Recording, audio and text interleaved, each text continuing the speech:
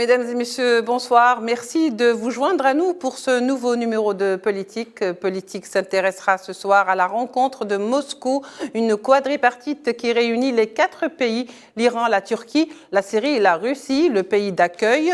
Pourquoi cette rencontre et pourquoi maintenant? C'est le thème de Politique ce soir.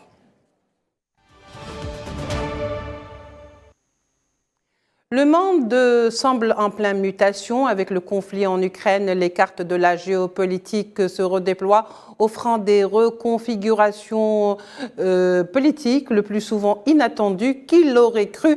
Un tremblement de terre réussirait à faire ce que les politiques de ce monde n'ont pas réussi à faire. La Syrie revient au devant de la scène avec le rapprochement des pays arabes. Et aujourd'hui, c'est carrément le Kremlin qui propose sa médiation. Nous en parlons ce soir avec Riyad Sidawi, président du CARAPS, le centre de recherche arabe. Il est joint depuis Genève par Skype. Monsieur Sidawi, bonsoir. Merci d'avoir accepté notre invitation. Bonsoir. Et bien sûr, Monsieur Hassan Qassimi, qui est avec nous par téléphone. Il est géopolitique et spécialiste des questions sécuritaires également. Monsieur Hassan Qassimi, bonsoir. Merci d'avoir accepté notre invitation. Bonsoir, madame. Mes respects. Alors, nous allons vers une réconciliation turco-syrienne ou, dans d'autres termes, est-ce le début du dégel des relations entre Ankara et Damas, Monsieur Qassimi? De toute façon, ce n'est pas encore le dégel, mais je pense que le processus est engagé. Il est engagé depuis presque une année et vous devez savoir que les rapports entre la Turquie et la Syrie sont caractérisés entre les deux hommes, Tayyip Erdogan et Bachar al-Assad, par une inimitié qui est connue et qui s'est bien sûr développée avec le temps et principalement lors de la guerre de Syrie.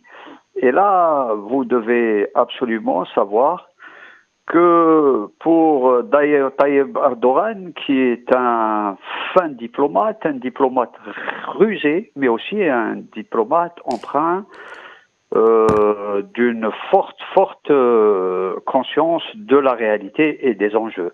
Et c'est là où pratiquement tous les hommes politiques et hommes d'État vous diront qu'en matière de politique, il n'y a pas de rancune et il n'y a pas, bien sûr, d'inimitié éternelle. Et on revient toujours à la raison pour un peu aplanir les difficultés, aplanir les contentieux quand les intérêts de la situation l'exigent. Et avec ce qui se passe actuellement au Moyen-Orient, vous devez savoir que la guerre d'Ukraine nous a permis de tirer plusieurs enseignements.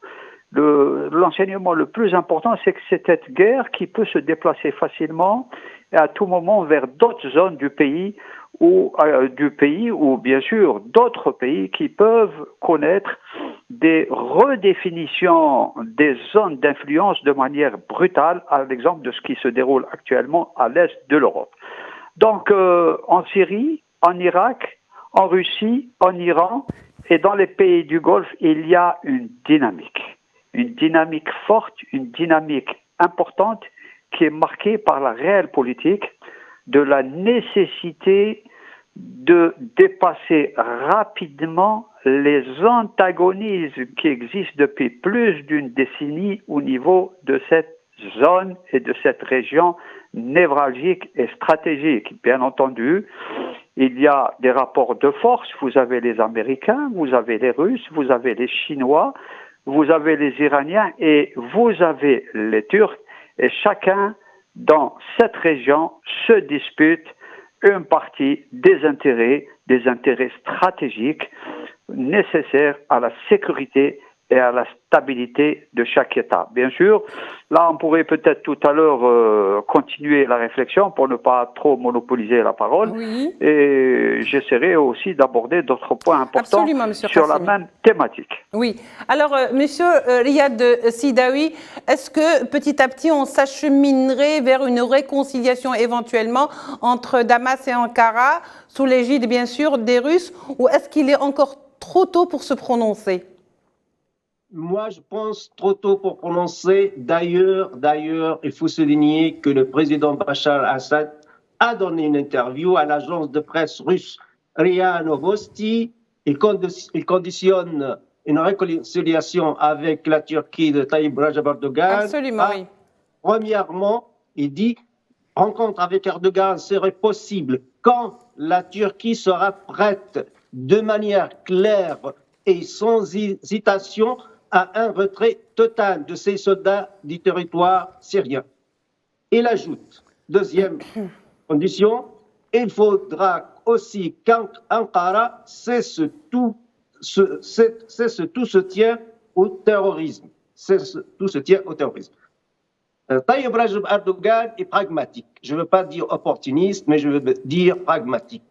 Il a beaucoup mis, il a parié sur la carte des frères musulmans. Il a compris que c'est un pari. Il a perdu le pari. Il a compris que la carte des frères musulmans est caduque. Donc, il s'est réconcilié avec le président égyptien, l'Égypte, Abdel Fattah Sisi. La même chose avec Mohammed Ben Zayed, le président des Émirats arabes unis. La même chose avec l'Arabie saoudite. Pour lui, les frères musulmans, ça n'a pas marché. Donc, il ne va rien gagner. En tant que pragmatique, maintenant, je vais me réconcilier avec tous ces gouvernements arabes, tous ces États arabes. Avec eux, j'ai eu beaucoup de problèmes à cause des frères musulmans. Aujourd'hui, la question syrienne est très délicate parce que l'équation syrienne est très, très complexe. Pourquoi? Il faut dire aussi que le président Bachar al-Assad joue intelligemment la carte du clivage entre la Turquie et les États-Unis d'Amérique. Nous savons bien que les États-Unis d'Amérique soutiennent les Kurdes. Et la bête noire des Turcs, ce sont les Kurdes, ou avoir une structure de pouvoir kurde à leurs frontières. Nous savons bien que l'armée arabe syrienne, donc le président Bachar al-Assad, a soutenu les Kurdes contre Daesh, contre la Turquie aussi, contre des formations intégristes et terroristes à Idlib. Donc là, c'est une approche. De l'autre côté, l'équation se complique parce qu'en fait, la Turquie d'un côté, veut des bonnes relations avec les États-Unis d'Amérique, mais de l'autre, elle veut jouer aussi la carte russe contre les Américains, puisque les Américains, ils défendent et soutiennent leurs ennemis en Syrie, qui sont les Kurdes. D'où la complexité de ce paysage. Poutine, la même chose, joue cette carte, joue et exploite ces brèches, ce clivage entre les États-Unis d'Amérique et la Turquie, comme le président Bachar al-Assad le faisait. Oui, alors, Monsieur Qassemi, est-ce qu'on pourrait trouver peut-être un lien entre le rapprochement irano-saoudien et ce qui se passe en ce moment dans le monde, et surtout par rapport à ces mouvements ou de médiation qui sont proposés de part et d'autre pour aller vers des rapprochements entre la Syrie et Ankara, d'autant plus que cette quadripartite qui se déroule à Moscou réunit également l'Iran? Vous savez que le poids de la Russie en Syrie est incontestable. Il a empêché un peu le scénario irakien et le scénario libyen de se renouveler en Syrie. Ça a été un grand échec de l'OTAN et des États-Unis dans la guerre de Syrie. Et en plus, vous devez savoir aussi que dans les relations internationales, il n'y a pas d'amis. Il y a des ennemis et il y a des intérêts. Et vous avez vu un peu Tayyip Erdogan, comment il joue sur plusieurs cordes. Il est son pays est membre de l'OTAN depuis 1952. En Syrie, il tend des perches et des passerelles avec les Russes pour rétablir un peu la situation aux frontières de son pays et sur un territoire sur lequel vous devez savoir que sur le nord-est de la Syrie, les Américains sont fortement installés. Et vous devez savoir que dans la zone de Deir Zor, c'est une zone qui est pétrolifère et il y a de très très fortes potentialités de pétrole et qui sont actuellement exploitées par les forces démocratiques kurdes et soutenu par les Américains. Vous devez savoir aussi que les enjeux qui se déroulent actuellement sur cette partie de la Syrie, à savoir le nord-est de la Syrie est connu pour contenir de grands gisements pétroliers et aussi pour être une grande zone de production de céréales. Donc, deux atouts stratégiques sur le plan politique et économique qui font courir un peu les Américains qui veulent absolument prendre le contrôle de cette partie utile de la Syrie. Donc, vous devez également savoir que les Syriens se sont plaints au Conseil de sécurité au sujet des quantités très importantes de pétrole qui sont volées par les Américains, l'équivalent depuis 2011, l'équivalent de 200 milliards de dollars qui ont pris un peu le chemin des États-Unis dans le cadre du contrebande très fort du pétrole. Donc là, vous voyez à peu près qu'il y a dans la machine de gros grains de sable qui empêchent un peu de revenir rapidement à la normalité et à la normalisation des relations. Mais là, dernièrement, nous avons assisté à des événements très très importants.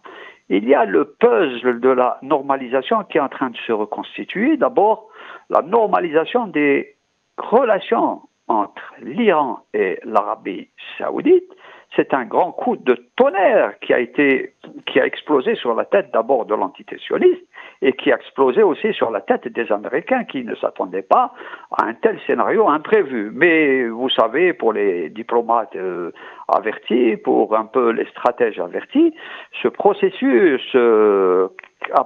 qui était en train de se redéployer lentement, sûrement sur le terrain, nous l'avons vu avec les positions de l'Arabie saoudite et les pays du Golfe qui ont refusé un peu d'adopter les sanctions économiques contre la Russie, d'un point. D'autre part, ils ont également refusé aussi de condamner au niveau de l'ONU, de condamner l'intervention russe en Ukraine. Donc ça, c'est des aspects importants qui indiquent qu'il y a une évolution notable de la situation au Moyen-Orient. Donc l'influence de l'Amérique et de l'entité sioniste au niveau de cet ensemble régional n'est plus ce qu'il était comme avant. Et là, on peut se demander pourquoi une telle évolution. Bon, une telle évolution arrive d'abord, il y a la Chine qui joue un rôle très très important au niveau de cette région, et la Russie, qui se sont interposés comme médiateurs très forts et qui garantissent maintenant la sécurité aux pays du Golfe dans l'expansion chiite au sein de cette région. Donc, il y a des accords tacites qui vont bientôt être mis sur la table des négociations après la normalisation avec l'Arabie saoudite et les monarchies du Golfe. Et bien sûr, la prochaine normalisation qui doit se faire très vite entre la Turquie, la Syrie.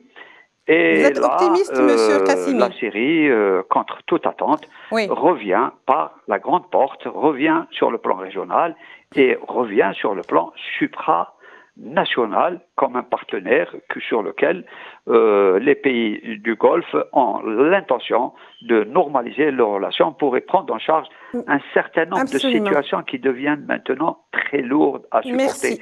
L'Arabie saoudite s'est enlissée dans une guerre coûteuse, dans une guerre infernale sans fin au Yémen. Et là, les Saoudiens ont absolument besoin de la médiation des Russes, de la médiation des Chinois pour parvenir à la fin de cette guerre et aussi pour parvenir aussi. Voilà, donc ce qui veut dire... Oui, c'est un sujet très important qu'on abordera peut-être dans nos prochaines éditions. Mais aujourd'hui, il faut mettre l'accent sur le fait qu'aujourd'hui, il y a effectivement des prémices d'ouverture d'un grand retour des pays arabes, que ce soit ceux du Golfe ou de l'Égypte ou même de la Turquie, vers la Syrie et d'avoir accepté de redialoguer avec la Syrie alors que la question n'était même pas posée. Alors, Monsieur Sidaoui, est-ce que le tremblement de terre a beaucoup contribué dans ce qu'on appellerait ce dénouement de la situation en Syrie, alors que tout le monde sait qu'il n'y a pas donc longtemps de cela, Bachar el-Assad était carrément en disgrâce de toute la communauté internationale. Est-ce que cela n'augure pas de bons signes pour l'avenir? Moi, je pense que la Syrie déjà gagné. La Syrie a gagné à partir de 2015-2016 contre Daesh, contre Nusra, contre tous les groupes islamistes. Et le président Bachar el-Assad, il est dans une position de force. Je pense qu'il est dans une position de force. Il a bien joué la carte des alliances, que ce soit avec la Russie, la Chine ou l'Iran. D'ailleurs, dans son interview avec l'agence de presse russe, il conclut, dit, parce que ses propos sont très très importants, hein, puisqu'il a posé deux conditions. La première, c'est le retrait total des soldats turcs des territoires syriens. La deuxième condition, c'est cesser de soutenir le terrorisme en Syrie, ça veut dire cesser de soutenir les factions islamistes à Idlib. Et il conclut, il dit, c'est le seul cas de figure où une rencontre avec Erdogan pourrait avoir lieu. Quel intérêt aurait-il une telle rencontre et pourquoi l'organiser si elle ne mène pas à une conclusion finale de la guerre en Syrie? Oui. Donc, est-ce que ils se sont dans une position de force parce qu'il a gagné la guerre contre le terrorisme. Et le complot contre la Syrie ou le plan contre la Syrie, ça date depuis longtemps. J'aimerais bien faire un petit rappel historique. Allez-y. Roland Dumas, l'ex-ministre des Affaires étrangères française, il déclarait dans une interview à une chaîne de télévision française, il disait « J'étais 2 ans à Londres, ça veut dire en 2009, 2 ans avant le déclenchement des événements en Syrie. J'ai rencontré mes homologues anglais, ils m'ont dit on prépare un plan contre le régime syrien afin de déstabiliser et éliminer ce régime syrien.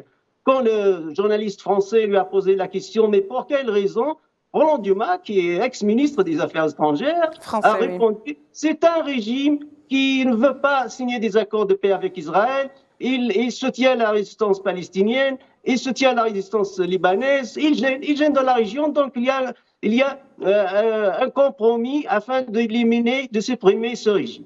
Donc, le plan existe bel et bien, on a un témoignage. D'ailleurs, j'ajoute au témoignage de Roland Dumas ce qu'elle a dit l'ex-patron de la DGSE, comme Bernard Bajolet.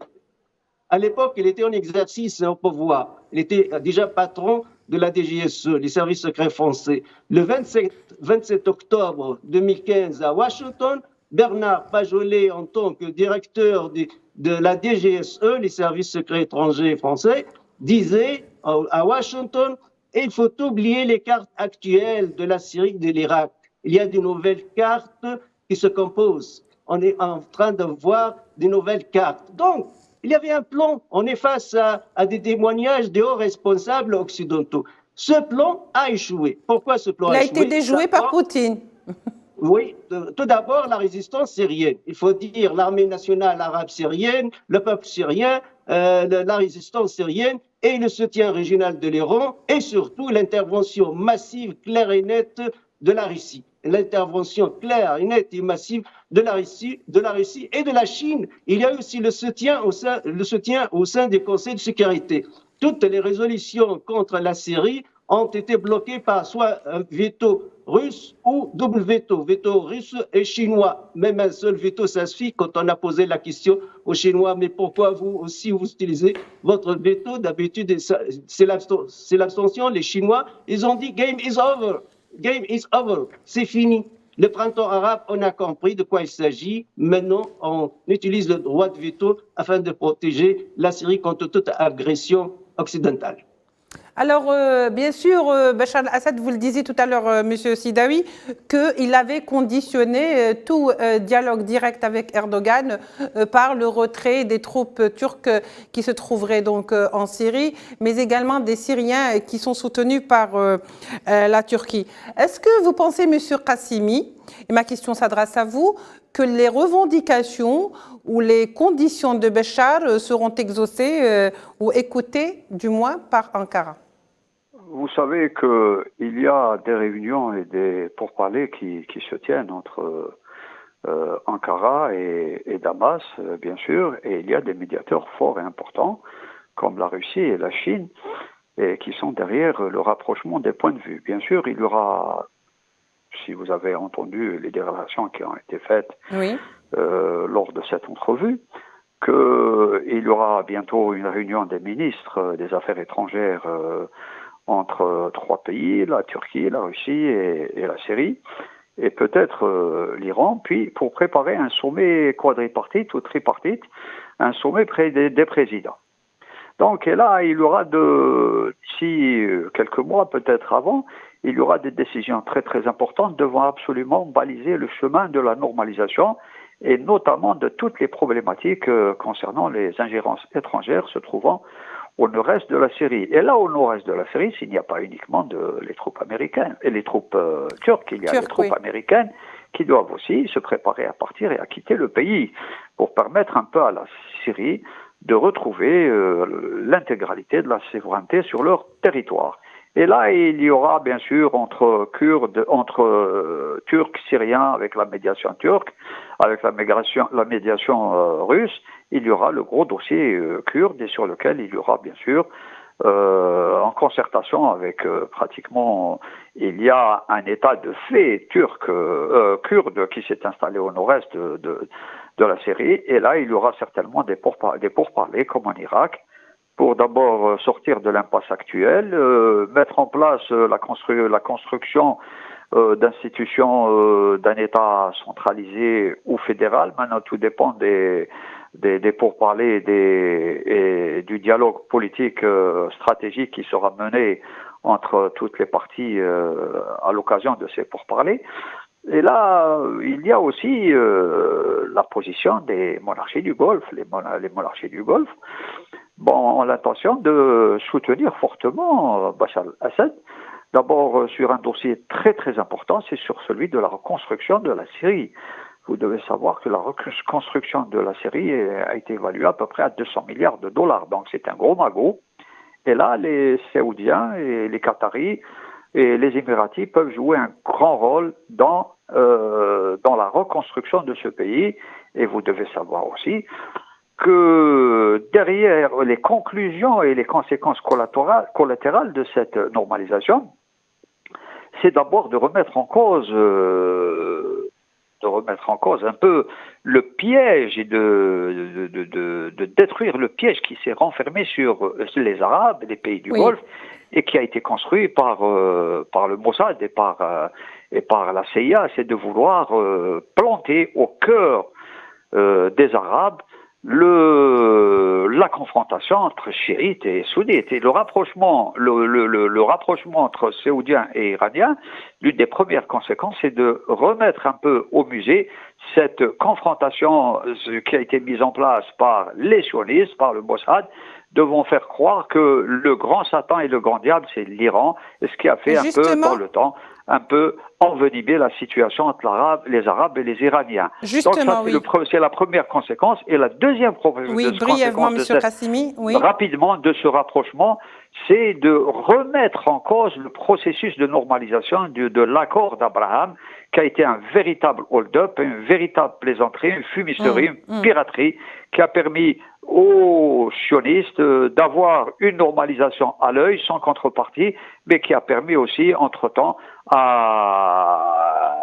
aux sionistes de continuer à l'implantation des colonies en Cisjordanie, à l'extension de ces colonies. Oui, alors très bien, vous me tendez la perche, M. Qassimi, parce que la dernière question sera pour M. Sidawi, et je lui demanderai bien sûr, M. Sidawi, d'être bref. Alors, pensez-vous, parce qu'on a parlé de la Turquie, on a parlé de la Russie qui accueille ce sommet ou cette rencontre, on a parlé de la Syrie, bien sûr, qui joue un rôle pivot, mais il y a également l'Iran. L'Iran a un rôle très important dans la région, surtout qu'il y a eu un rapprochement entre l'Iran et l'Arabie Saoudite, et comme disait tout à l'heure M. Qassimi, ça a déjoué beaucoup de plans, et notamment concernant les accords d'Abraham. Absolument, il faut souligner le rôle iranien en Syrie. L'Iran a joué un grand rôle. Le Hezbollah aussi, en soutenant l'État syrien contre les terroristes. Ils l'ont soutenu à partir de 2011, parce que les Russes, quand même, leur intervention a été tardive. Je parle de l'intervention sur le terrain, je ne parle pas de leur position sur les conseils de sécurité qui ont été toujours en faveur de la Syrie. Mais les Iraniens, ils ont parié sur le régime syrien, sur la victoire de la Syrie contre les terroristes, et ils les ont soutenus. Ils ont soutenu aussi les Irakiens contre Daesh, contre le terrorisme de Daesh. Et je pense aujourd'hui, les grands gagnants, ce sont en Syrie, c'est le président Bachar al-Assad et les Iraniens et évidemment les Russes, les Chinois tous ceux, l'Algérie, tous des peuples arabes, tous ceux qui ont soutenu la Syrie, qui ont compris dès les premiers jours qu'il y avait un complot qui vise bel et bien la Syrie, et ce complot ou ce plan a été planifié des années avant la crise de 2011. Je pense que le conflit en Ukraine y a été pour beaucoup dans le réveil de ce monde arabe qui a compris que de toute façon les clivages ne servent à rien. En tous les cas, je vous remercie, Monsieur Riyad Sidawi. Vous êtes président du CARAPS, je rappelle le centre de recherche arabe, et que vous étiez avec nous depuis Genève par Skype. Un grand merci également à Monsieur Hassan Qassimi qui était avec nous par Alger, par téléphone. Mesdames et messieurs, merci de nous avoir suivis, de nous avoir prêté attention. On se retrouve demain pour un nouveau numéro de Politique. Au revoir.